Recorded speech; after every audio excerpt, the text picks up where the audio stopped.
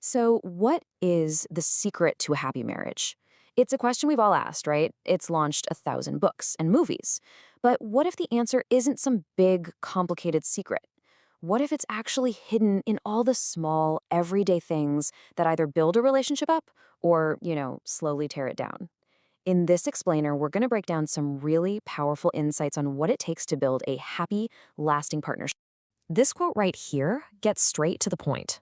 Unlike the family you're born into, a marriage is something two people have to consciously choose to build from the ground up. It's not automatic. You can almost think of it like building a house. It takes a ton of effort, a shared plan, and you got to keep doing the maintenance to keep it standing strong. And that brings us to a simple, fundamental truth. You can't clap with one hand, right?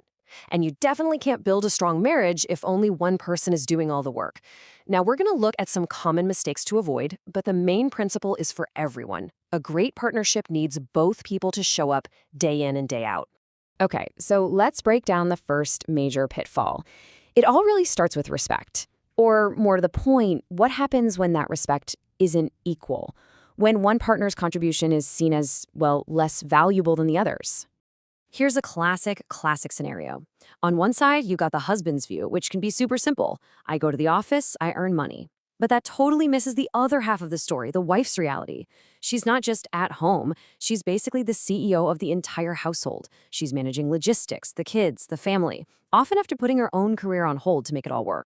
And this imbalance, it often leads to one of the most destructive questions you could ever ask in a marriage. So, what do you even do all day?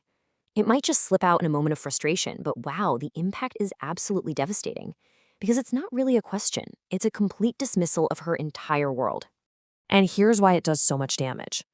For the person who's running the incredibly complex machine that is a household, that one question basically says that all their work is invisible, that it's effortless, and ultimately that it's worthless. It just invalidates everything they do, chips away at their self-worth, and it poisons the very foundation of the partnership. And this leads us directly into our second major mistake. It goes beyond a lack of respect for what your partner does. It's about the words you actually say. Because in moments of anger, words can turn into weapons. And those weapons have very, very long-lasting consequences. So, the first kind of weapon is misdirected anger. You know how it is, right? You have a terrible day at work, your boss is on your case, but instead of dealing with it there, all that stress gets bottled up and brought home, and then unleashed on the easiest target, your spouse. And just like that, home stops being a safe place and starts feeling like a battlefield. A phrase like, "My life is ruined. I deal with my boss all day, and now I have to come home and deal with this." That's a perfect example. And this could be anything, right? A minor problem, a simple question, but it's not really about that little thing. It's about unfairly making your partner the punching bag for frustrations that have absolutely nothing to do with them. Now, this next weapon might seem kind of small, but its impact is huge. Food criticism. I mean, think about it. Inactive care, someone preparing a meal for you, can instantly turn into a huge fight, all because of one tiny mistake. A comment like this, it does way more than just criticize the food. It implies that her only job is to provide a perfect meal, and any little slip-up is a personal failure. It just blows a tiny issue way, way out of proportion and turns it into a major offense. And then there's maybe the most damaging weapon of them all, bringing her parents into it. The moment an argument stops being about the problem at hand and turns into an attack on her family and her upbringing, a really serious line has been crossed. A question like this takes a simple disagreement and makes it a deep, personal insult. It's not about the dirty dishes anymore. Now it's an attack on her identity, her family, her whole life. It's a tactic designed to hurt as much as possible. And the damage from words like these is real. The source material calls them arrows that pierce the heart. You can say sorry, but you can never, ever truly take them back. And over time, this kind of verbal attack just destroys self-confidence and turns what should be a loving home into a place full of tension and fear. All right, our third common mistake is one that's pretty much guaranteed to cause a lot of pain: falling into the trap of dangerous comparisons. I mean, it seems so obvious, but it happens all the time. Doesn't matter if it's a friend's wife, a coworker, or a total stranger. Comparing your partner to another woman, especially when it comes to her appearance, is just a direct assault on her self-esteem. The quote from the source here is, frankly, shocking. It's just so blunt and so cruel. It's not even a comparison, it's a straight-up insult designed to make her feel small. And this is especially hurtful when her body might have changed from having kids or just the stress of managing a family.